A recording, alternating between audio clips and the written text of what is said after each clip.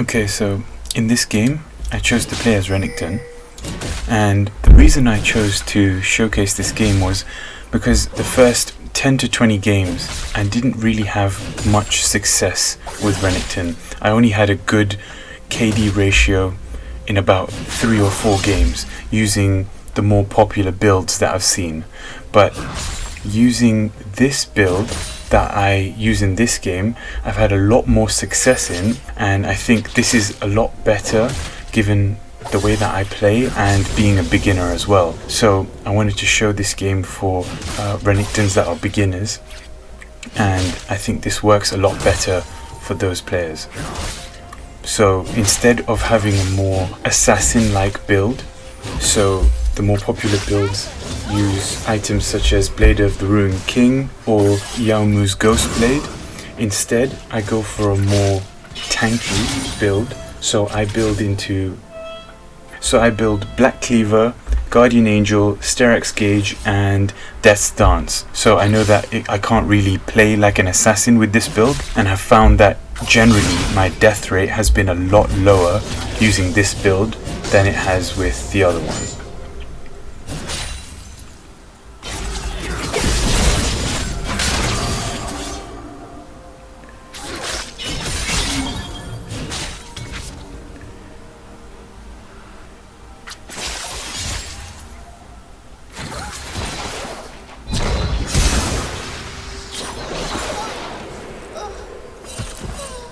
Okay, I tried really hard there not to steal that kill, but I really didn't want Lilia to get away, so I used my stun for that. So the first item I build with Renekton is Black Cleaver, mainly because it gives me additional health early on in the game, which is obviously very useful, and also it has a 20% cooldown reduction, which is quite large, especially when your abilities are at low levels and the cooldown is quite high on them. It's really beneficial for Renekton to have a high cooldown reduction on an item because he's a very bursty champion.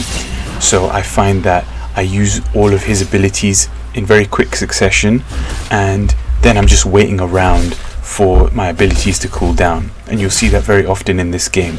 Now that might not be the most efficient way to play him, but as a beginner I find that that's what I tend to do the most. So unless you're going for really short efficient trades, it's useful to have a high cooldown reduction for duels where you can get a takedown. So just a breakdown of Renekton's abilities. His passive is actually really important because it ties in to all of his abilities. So what his passive does is Renekton's basic attacks and his abilities build up fury. Now when Renekton has reached at least 50 fury, his next ability will become empowered. So an empowered ability, all that does is it takes the effect of the original ability but amplifies it to a certain extent. So if it's damage, then it deals more damage. If it stuns, then it stuns for longer, etc. The maximum amount of fury that Renekton can have is 100. So if you're looking to go for a really effective trade, or if you're looking to go for a takedown, what you might want to do is build up at least 50 to maybe even 100 fury, and then you can have empowered abilities in your trades. If you build up 100 fury, then you get 2 empowered attacks, because an empowered attack requires 50 fury.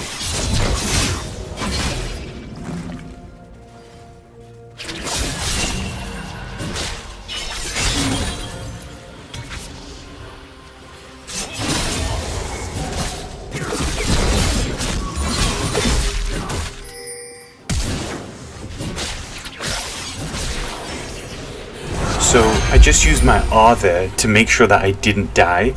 That was really important for me to do that. So I'll get to the use of Renekton's R once I go through the rest of his abilities. And also, if you notice there, I made sure I picked that time to go for a takedown when Yone or Yone or whatever his name is was a level lower than me, so I had a much better chance of getting the takedown. And you would have noticed that I used all of Renekton's abilities within the space of 3 or 4 seconds. So like I mentioned earlier, very bursty champion. Then I had to just rely on Renekton's basic attacks to actually finish him off. So onto his abilities. Renekton's Q damages all enemies in a very small radius around him. So he uses his blade to slice all enemies in a circle. So that's his Q. Oh, also a secondary to his Q, he also heals for a portion of the damage that he deals using his Q. Now with an empowered Q, he just deals more damage to the enemies around him, and he also heals a little bit more for the damage that he does.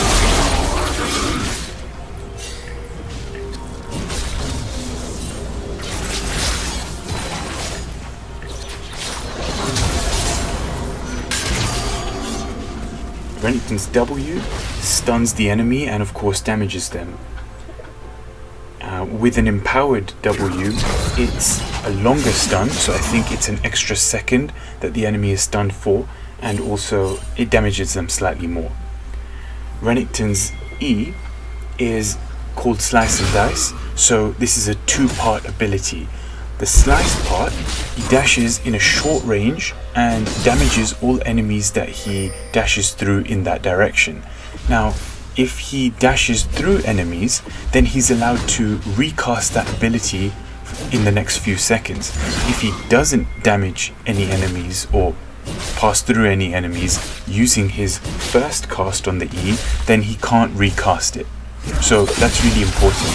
If you want to go in for a quick trade and then dash back out, make sure that you have a couple of enemy minions there to dash through the first time. So if there are no enemy minions and I dash into the enemy turret zone, I have no way of dashing back out and I have a very high likelihood of dying. But if I used my E, dashing through even just one enemy minion, then I'm able to recast that after getting the takedown and dash out of the tower zone, so potentially staying alive instead of going for a 1-for-1 kill, for example.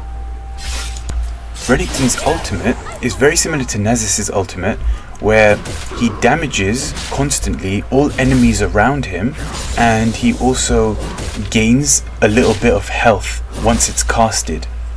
The difference between Renekton's and Nazis's now here is he constantly gains fury while in his ultimate without actually having to cast any abilities or using his basic attacks on any enemies.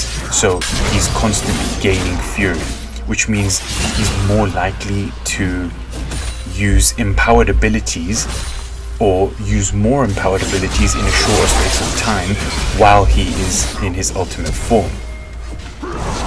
The way that I used his ultimate for my first takedown was I entered the turret zone and I knew that I would have taken way too much damage because I had taken 3 or 4 hits from the turret.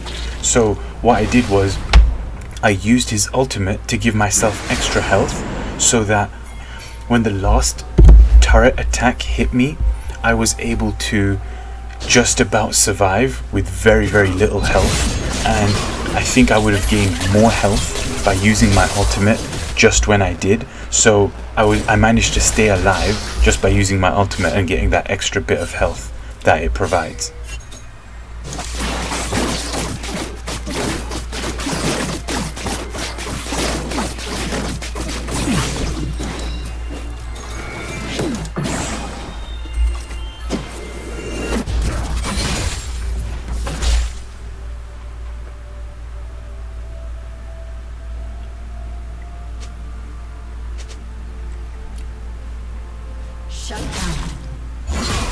The great thing about Renekton is he can clear waves really easily and really quickly. So what you'll find me doing with Renekton a lot is clearing the wave, and then roaming, going down to mid lane a lot of the time, and sometimes even bottom lane, just because I can clear the wave a lot faster than Yone can.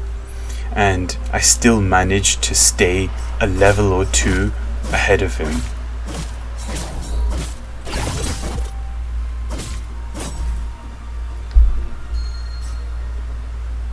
So half the time when I roam, it doesn't even amount to anything, but the times that it does makes it really worth it. Like that.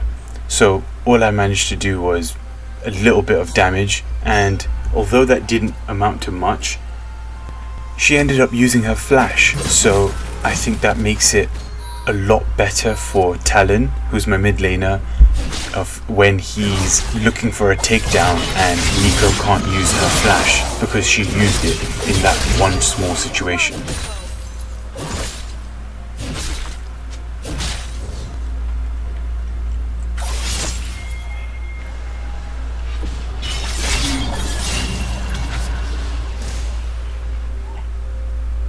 And here still, I'm a level ahead of Yone, so I'm not worried, I'm not pressurized to stay in my lane and make sure I get all of the XP that I can.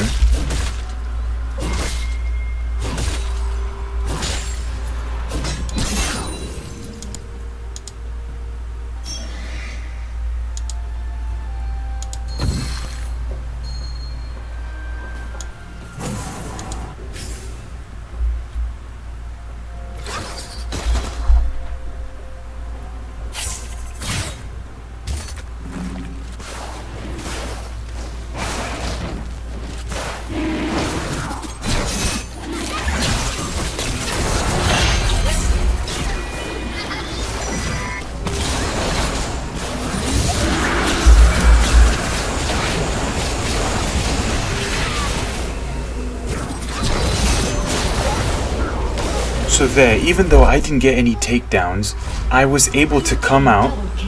I was able to come down from top, help my jungler take down the Drake. Even though I didn't do a lot of damage to the Drake, I held off Nico and Lilia, and so they weren't able to not only get a kill on my jungler, but also take the Drake for themselves. So we ended up getting the Drake and 2 kills just because I went roaming.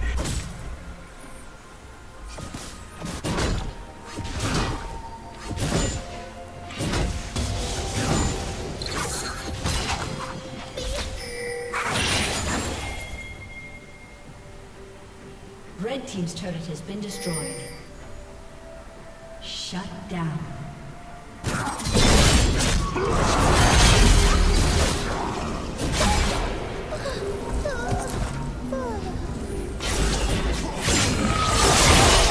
I think that was the most efficient kill I've actually done with Renekton.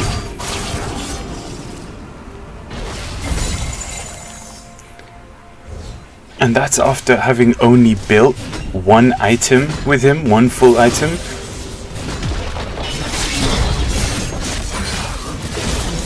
I was waiting to see if Yone would stick around. If he did, that was a very easy kill for me.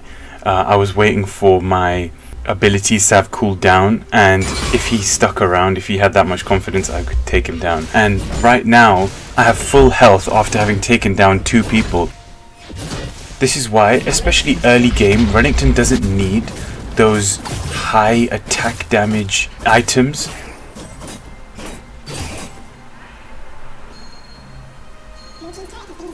But the tankier items I just find so much better for Renekton, for how I play. So I think this build is going to be my go-to until I get a lot more comfortable with Renekton.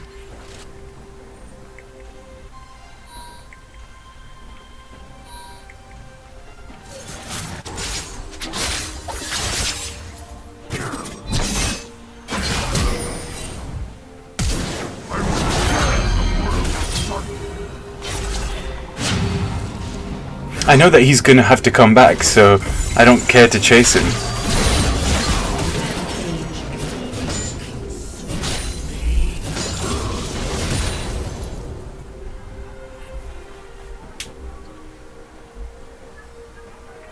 Here I've highlighted on the map the ward to which I should have teleported to be able to help my team out in this battle.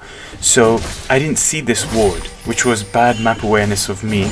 My team did ping me, and I thought they wanted me to teleport to the turret, for example. Or maybe that they were just warning me that enemies might be nearby. The only reason that I teleported was I saw that the enemy team were on the run, and if I was able to catch them before they got away, then it would have been worth my teleport. But I was just a bit too late.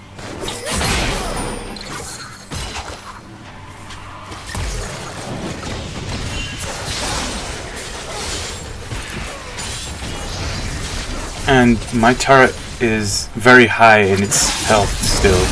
So although I'm not worried about top lane right now, I do want to drop the second turret. If I can give pressure from the top, it's going to divert the enemy team's attention, which is really, really important. So if they can't figure out where to go and their attention is diverted, that's going to allow us to push from different lanes, and that's going to be a really effective way to win.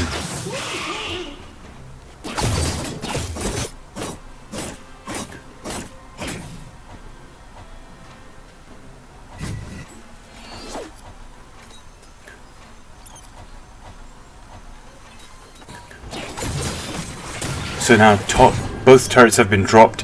I've come down to bottom lane just to help them push and just apply pressure from everywhere.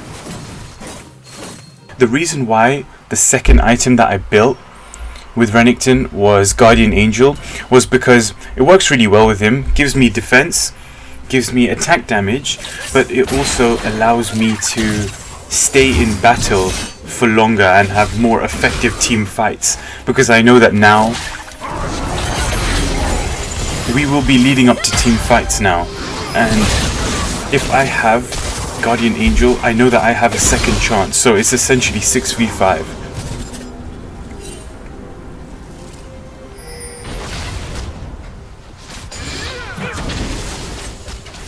I don't often buy Guardian Angel second, but I just went for it this game and it seems to have worked well.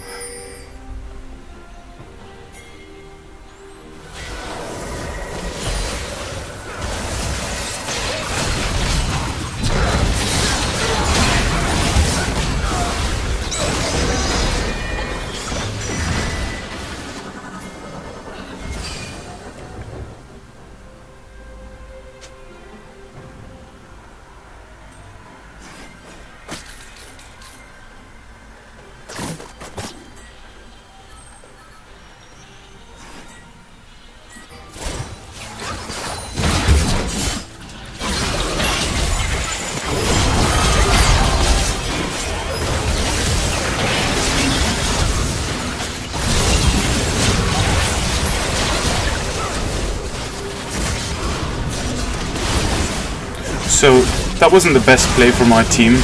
We all had our attention diverted. I was going after someone, the rest of my team were going after two other people. It wasn't working so well, we weren't as coordinated, but having Guardian Angel, it allowed me to get a second chance, and we actually ended up getting 4 kills on their team, and none of us ended up dying. So Guardian Angel was so effective there, because if I ended up dying, it would have still been worth the battle, but it wouldn't have gone as well as it did.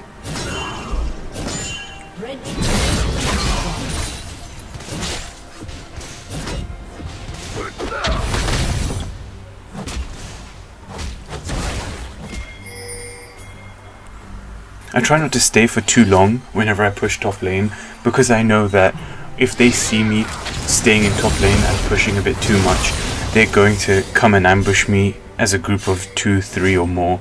So I try and push just to apply a little bit of pressure, and then I leave. So you'll see me doing that quite often throughout the game.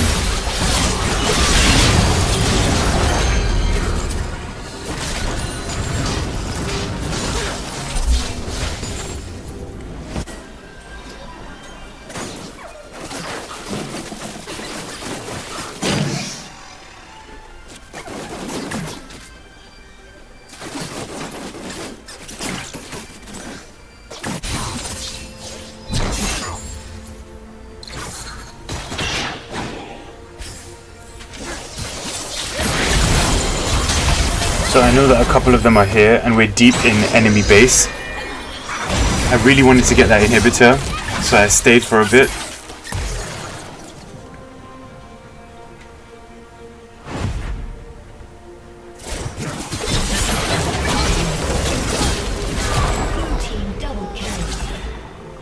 I almost died there.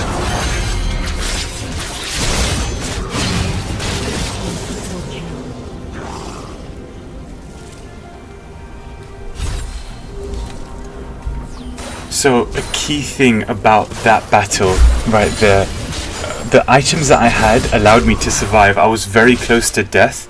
If I didn't have Sterak's Gauge or I didn't have Black Cleaver, I don't think I would have survived in that moment. But those two items allowed me to survive, and I didn't need the extra attack damage for those 3 kills.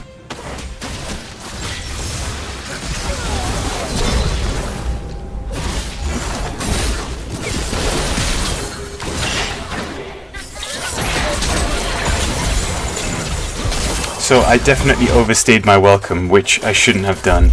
I stayed a bit too long. I really just wanted that inhibitor. That was being a bit greedy and overconfident, so that was my mistake there.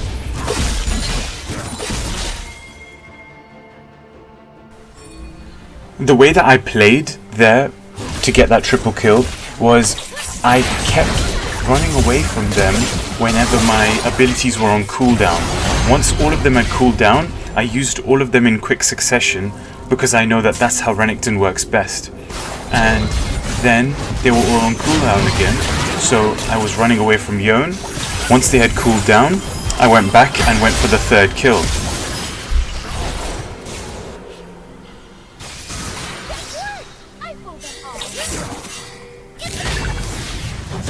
Red team's turret has been destroyed.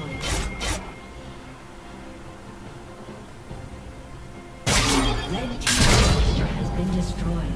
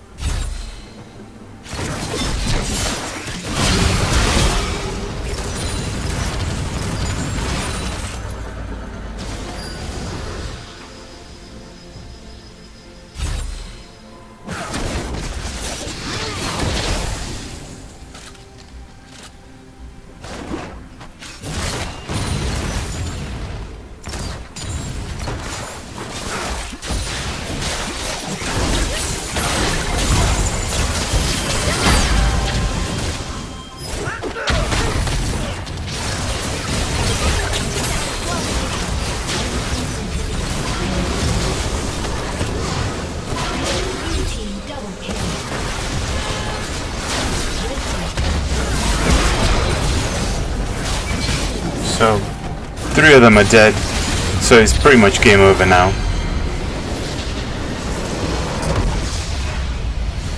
And that's the game.